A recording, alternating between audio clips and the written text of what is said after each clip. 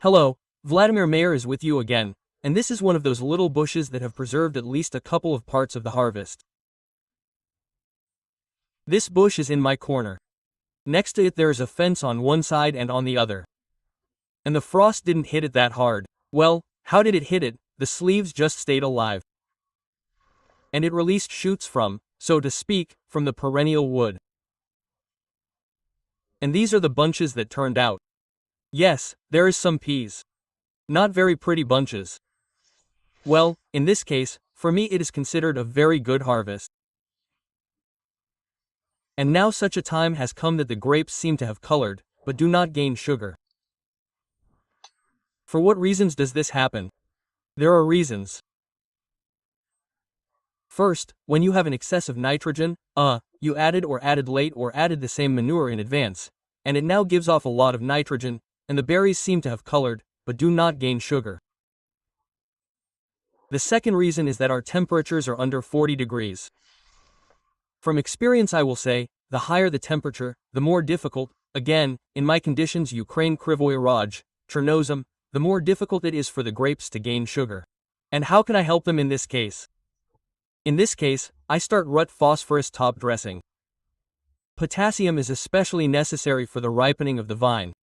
And that is why I give not only potassium, I give it taking into account, so that there is no paralysis of the ridge. I have already filmed a video, I give potassium, magnesium and phosphorus. Therefore, there are fertilizers that contain potassium, magnesium, and phosphorus, zinc, borg, the same plentiful 51,545, it is suitable for foliar feeding. 31,138 master under the root. That is, at the moment it is necessary to give your vineyard potassium and yours you will add a little sugar. No, of course, it will not be like that, you treat it with potassium. Tomorrow your sugar there will increase by 3 units. No, 2 or 3 treatments with the same potassium monophosphate on the leaf, but no more, no more. Somewhere around 25 to 30 grams on the leaf. For the purpose of medicinal use of potassium monophosphate, it is 70 to 80 grams per 10 liters of water against a mile.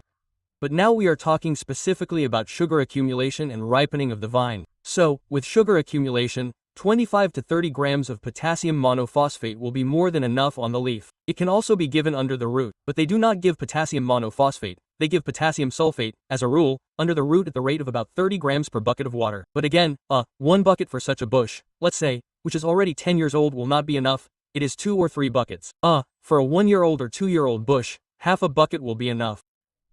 Therefore, based on the age, growth strength of your bush, you select the rate that you give under the root. We have a lot of potassium fertilizers, which many wine growers use. Choose your formula, choose your specific preparation or your specific fertilizer. And it's time to start working really on the leaf.